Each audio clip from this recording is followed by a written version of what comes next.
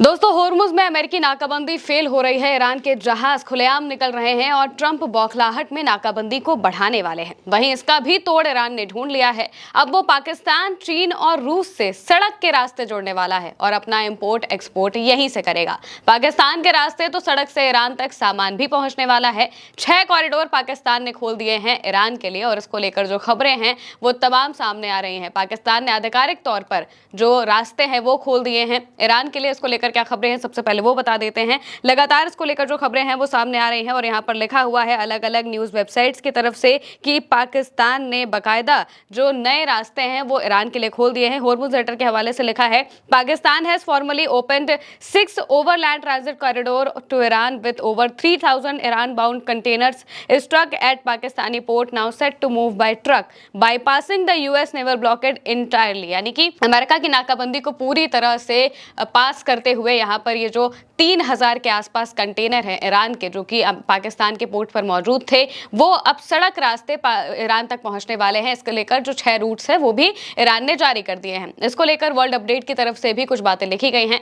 लिखा है कि आधिकारिक तौर पर पाकिस्तान ने ट्रंप और अमेरिका को मूर्ख बनाया है। पाकिस्तान ने अमेरिकी नाकेबंदी को दरकिनार करने के लिए अब ईरान के साथ 6 गलियारे खोले हैं। 3000 से ज्यादा कंटेनर पहले से ही इन मार्गों से गुजर रहे हैं। ईरान अब रूस और चीन से सीधे जमीन से रास्ते जुड़ सकता है और अमेरिका उन्हें नहीं रोक सकता। 6 खुले पाकिस्तान ईरान परागमन गलियारों की अगर हम बात करें तो उसमें भी जो रिपोर्ट्स हैं उनमें लिखा हुआ है कि पहला तो ग्वादर से गब्द तक जाएगा। इसके अलावा कराची पोर्ट से कासिम से लियारी, फिर ओरामान, फिर पसनी और इसके बाद गबद तक, यानी कि गबद जो कि ईरान में मौजूद है। इसके बाद जो तीसरा रास्ता है वो कराची पोर्ट से कासिम, खुजदार, दलबंदन से ताफ्तान तक जाएगा। ताफ्तान ईरान का इलाका है। चौथा रूट जो है वो ग्वादर से तुर्बत, होशब, पंजगुर, नग्द, बेसीमा, खुजदार, क्वेटा, दलबंदन, नोकुंडी और इसके बाद फिर ताफ्तान पहुंचेगा।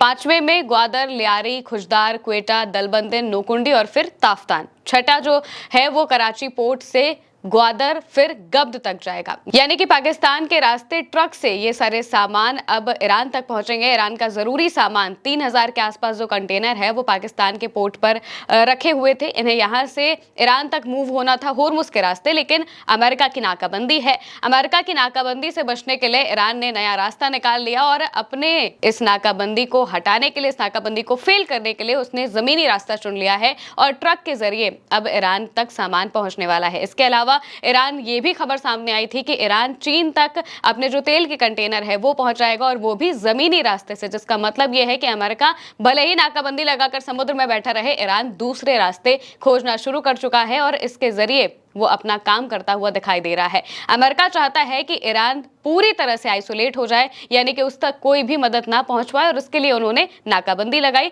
लेकिन ईरान ने जमीनी रास्ते खोज लिए, जिसका मतलब यह है कि अमेरिका की नाकाबंदी यहां पर फेल होते हुए दिखाई दे रही है। अमेरिका नाकाबंदी करके भी ईरान पर वो प्रेशर बिल्डअप नहीं कर पा रहा है जिसकी जरूरत है, यानी कि अमेरिका कुछ भी इस मौके पर नहीं कर पा रहा है। कोबेसी लेटर के हवाले से एक और खबर लिखी गई है जिसमें ट्रंप की बौखलाहट को बताया गया है। लिखा हुआ है कि वॉल स्ट्रीट जर्नल के मुताबिक राष्ट्रपति ट्रंप ने अपने सहयोगियों को ईरान की न्यूक्लियर हार के लिए मजबूर करने के मकसद से एक लंबे समय तक चलने वाली नाकेबंदी की तैयारी करने का निर्देश दिया है। विवरण इस प्रकार है कि ट्रंप ने होर्मुज स्ट्रेट की लंबी नाकेबंदी के जरिए ईरान की अर्थव्यवस्था और तेल एक्सपोर्ट पर दबाव बनाए रखने का फैसला किया है।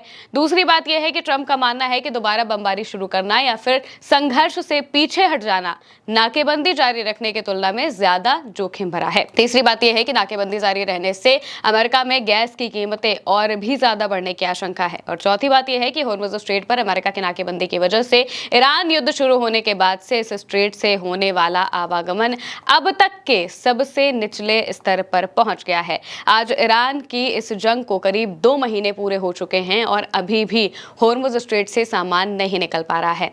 नाकाबंदी करना दरअसल ट्रंप की मजबूरी हो गई है। वो हमला भी नहीं कर सकते और पूरी तरह यहां से निकल भी नहीं सकते। हमला करके डोनाल्ड ट्रंप ने देखा कि आखिर क्या हुआ। 40 दिनों तक ईरान ने अमेरिका की बखिया उधेड़ कर रख दी। इसके बाद अब वो समझ गए हैं कि हमला करना वापस से जोखिम भरा हो जाएगा, क्योंकि फिर वो उन हमलों को रोक नहीं पाएंगे और ना ही उतने बड़े लेवल पर सामना कर पाएंगे। दूसरी बात यह भी है कि अगर वो पूरी तरह से इस जगह से हट जाते हैं तो ये साबित हो जाएगा कि अमेरिका कुछ नहीं कर सकता और अमेरिका सुपर पावर नहीं है। इस वजह से वो सिर्फ नाकेबंदी को जारी रखना चाहते हैं ताकि पूरी दुनिया को यह भी लगता रहे कि हम ईरान पर प्रेशर बना रहे हैं, जैसा कि उन्होंने क्यूबा में किया था। क्यूबा में इन्होंने क्यूबा को आइसोलेट करने के लिए उसके आसपास के इलाकों में सब जगह पर नाकाबंदी कर दी थी। कोई भी जो देश है वो क्यूबा तक तेल नहीं पहुंचा रहा था, लेकिन फिर रूस सामने आ जाता है और रूस की वजह से क्यूबा में वापस से जो बिजली है वो आ जाती है, वहां तक तेल पहुंचने लगता है और अमेरिका की नाकाबंदी को वहां से हटना पड़ता है। अब यहां पर भी अमेरिका ने सोचा कि हम यहां पर भी नाकाबंदी कर देंगे, लेकिन ईरान ने जमीनी रास्ते खोज लिए। अब ईरान क्यूबा तो है नहीं जो बाकी सबसे आइसोलेट हो या फिर समुद्र के बीच में एक अलग आइलैंड हो। इसके अलावा होर्मुज़ लेटर के हवाले से लिखा हुआ है कि वॉल स्ट्रीट जर्नल के मुताबिक ट्रंप ने सिचुएशन रूम में अपने सलाहकारों से ये कहने के बाद कि ईरान पर फिर से बमबारी शुरू करना या फिर उससे पूरी तरह अलग हो जाना दोनों ही ज्यादा जोखिम भरा है, ईरान की अनिश्चितकालीन नाकेबंदी की तैयारियों का आदेश दे दिया है। यानी कि उन्होंने कहा है कि अब ये नाकाबंदी नहीं हटेगी, तब तक नहीं हटेगी जब तक ईरान अपने घुटनों पर नहीं आ जाता या फिर ईरान अमेरिका की बात को नहीं मान लेता। यानी कि अब वो हमले से भी पीछे हट रहे हैं और साथ ही साथ इस जगह से भी जाने से पीछे हट रहे हैं। अब वो सिर्फ और सिर्फ नाकाबंदी को जारी रखना चाहते हैं। ट्रंप का कहना है कि ये नाकेबंदी ईरान पर तब तक दबाव बनाए रखेगी जब तक वो परमाणु मुद्दे पर पूरी तरह से झुक नहीं जाता। ईरान ने 2 दिन पहले ही कहा था कि मौजूदा हालात में वो परमाणु मुद्दे पर कभी भी बातचीत नहीं करेगा। ये ईरान की तरफ से साफ कर दिया गया था। यानी कि मौजूदा वक्त में डोनाल्ड ट्रंप बुरी तरीके से टेंशन में आ चुके हैं। इतनी बुरी तरीके से वो फंस चुके हैं कि उन्हें ये समझ नहीं आ रहा है कि आखिर हम ईरान को झुकाएं तो झुकाएं कैसे, क्योंकि ईरान झुकने को राजी बिल्कुल भी नहीं है।